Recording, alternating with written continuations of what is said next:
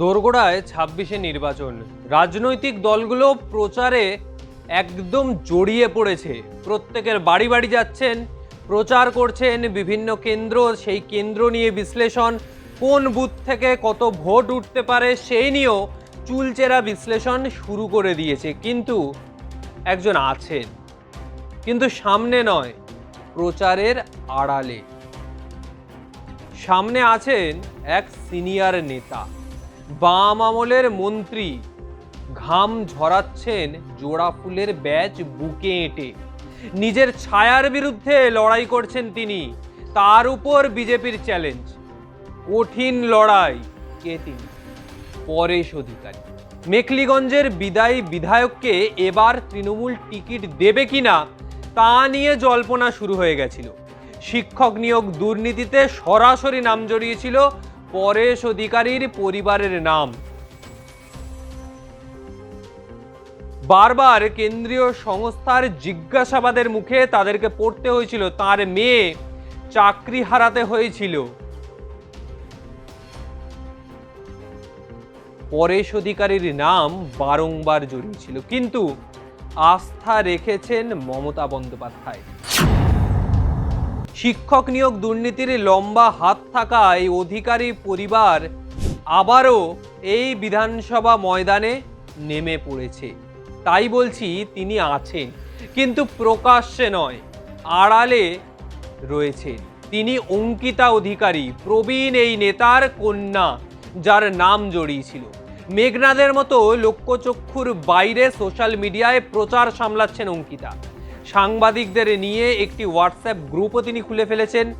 সেখানে বাবার প্রতিদিনের কর্মসূচির ছবি, ভিডিও নিয়মিত তিনি দিচ্ছেন। দুর্নীতি পশ্চিমবঙ্গের নির্বাচনে বড় ইস্যু হয়ে ওঠেনি, তবু কোনো ঝুঁকি নিচ্ছেন না পরেশ। গত নির্বাচনে বাবার পাশে দেখা গিয়েছিল অঙ্কিতাকে, কিন্তু এবারে তিনি উধাও। অথচ চাকরি যাওয়ার পরে অঙ্কিতাকে কোচবিহার জেলার সাধারণ সম্পাদিকা পদ দিয়েছিল এই তৃণমূল। মাস ছয়েক আগে অবশ্য দলের জেলা কমিটি তৈরির সময় তাকে বাদ দেওয়া হয়। তারপরেও পরেশ কন্যাকে তৃণমূলের বিভিন্ন মিছিল মিটিংয়ে দেখা গেছে। বিরোধী মিছিলেও তিনি ছিলেন। এসআইআর এর সময় বিভিন্ন মিছিল কেন্দ্রের বিরুদ্ধে, সেখানে তিনি ছিলেন, কিন্তু নিজেকে গুটিয়ে নিলেন কেন? এর উত্তর লুকিয়ে রয়েছে। তার সব জায়গায় চাকরি চুরির দায়ে নিশানা করা হয়েছে পরেশ অধিকারীকে। বিজেপির জলপাইগুড়ি জেলার সাংগঠনিক সভাপতি শ্যামল রায় এই বিষয়ে বলছেন, শিক্ষা দুর্নীতির প্রথম দাগী আসামি এই পরেশচন্দ্র অধিকারী, তার মেয়ে এই অপরাধের সঙ্গে সামিল। তবে এবারও তৃণমূল তাকেই টিকিট দিয়েছে। অঙ্কিতা অধিকারী এই বিষয়ে বলছেন, অন্যান্যরা যেভাবে সোশ্যাল মিডিয়ায় প্রচার করছে, আমিও তাই করছি বাবার জন্য। বিতর্কের মাঝেই তৃণমূলের একাংশ বলছে পরেশ অধিকারীকে আর টিকিট দেওয়া উচিত ছিল না, কিন্তু দল আস্থা রেখেছে এই পরেশ অধিকারীর ওপর। এর প্রভাব, এই শিক্ষক নিয়োগ দুর্নীতির প্রভাব কি পড়তে চলেছে বিধানসভা নির্বাচনে? যে কেন্দ্রে এই পরেশ অধিকারী দাঁড়িয়েছেন, যেভাবে সাধারণ মানুষের কাছে তিনি যাচ্ছেন ভোট চাইতে। গত ২১শে নির্বাচনে ১৫,০০০ ভোটে জিতেছিলেন এই পরেশ অধিকারী, কিন্তু ব্যবধান ধরে রাখতে এবার ছুটছেন তিনি।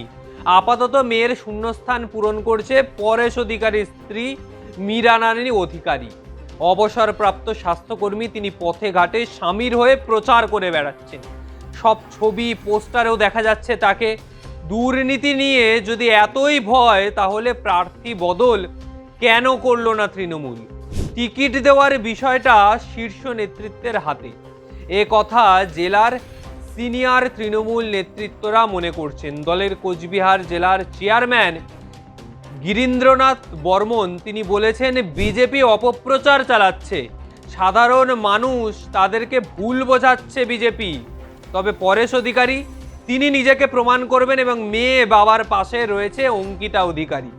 শিক্ষক নিয়োগ দুর্নীতির সময় একাধিকবার পার্থ চট্টোপাধ্যায় শুধু নয়, তার সাথে এই পরেশ অধিকারী, অঙ্কিতা অধিকারী, এদের নাম বারংবার জড়িয়েছে। হাইকোর্ট থেকে সুপ্রিম কোর্ট, বিভিন্ন সময় তাদেরকে দৌড়ে যেতে হয়েছে বিভিন্ন জায়গায়। প্রচারের ময়দানে এবার তারাই তৃণমূল আস্থা রেখেছে পরেশ অধিকারীর ওপর।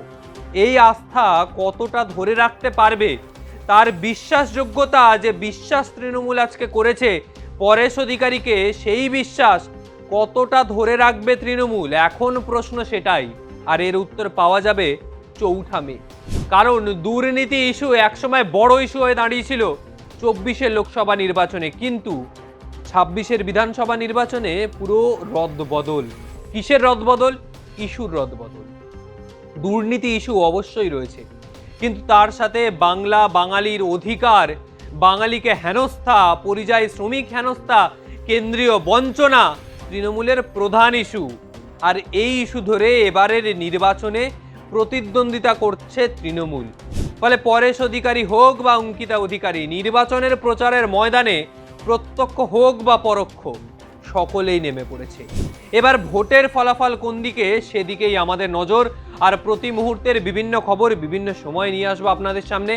আজকের মতো বিদায় নিলাম। ভিডিওটা ভালো লাগলে অবশ্যই লাইক কমেন্ট করবেন, চ্যানেলটি সাবস্ক্রাইব করবেন, আপনার মতামত জানাবেন। আগামী সময় আর কোন বিষয়ে ভিডিও দেখতে চান অবশ্যই জানাবেন।